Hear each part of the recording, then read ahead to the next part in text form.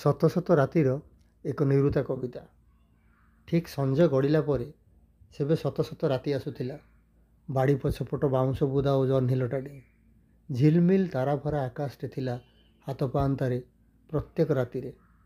ଯେତେବେଳେ କୃତ୍ରିମ ବିଜୁଳିର ଝଲକ ନଥିଲା ଆମ ଜୀବନରେ। ମନେ ଅଛି ନା ସେଦିନର କୁଆଁର ପୁନେଇ? ମନେ ଅଛି ନା ଶାଳପଡ଼ା ଗାଁ ଛକ ଟିକିଏ ପଛକୁ ଠିକ୍ ଚାଉଳ କଳ ଆଉ ସନା ସାର୍ଙ୍କ ଭାଇର ସିଲେଇ ଦୋକାନ, ତାର ଠିକ୍ ବିପରୀତ ଦିଗରେ କୁମାର ପୂର୍ଣ୍ଣିମାର ଗଜଲକ୍ଷ୍ମୀ ମେଢ଼।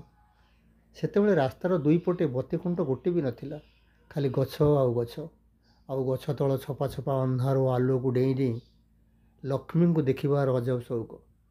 ମେଢ଼ ବୁଲିବାଟା ଖାଲି ବାହାନାଟେ ଥିଲା, ପୁନେଇ ଜହ୍ନକୁ ମନ ଭରି ଦେଖିବା ଆଉ ହାତରେ ହାତ ରଖି ତା ସାଥିରେ ନାଚିବାର ଗୋଟେ ସୁନ୍ଦର ବାହାନା ମାତ୍ର।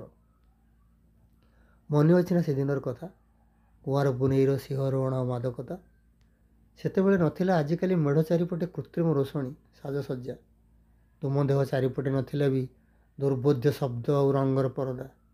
ଯେତେବେଳେ ତୁମେ ଥିଲ ଜହ୍ନ ଭଳି ଏକ ଆଦିମ ନିରୁତା କବିତା।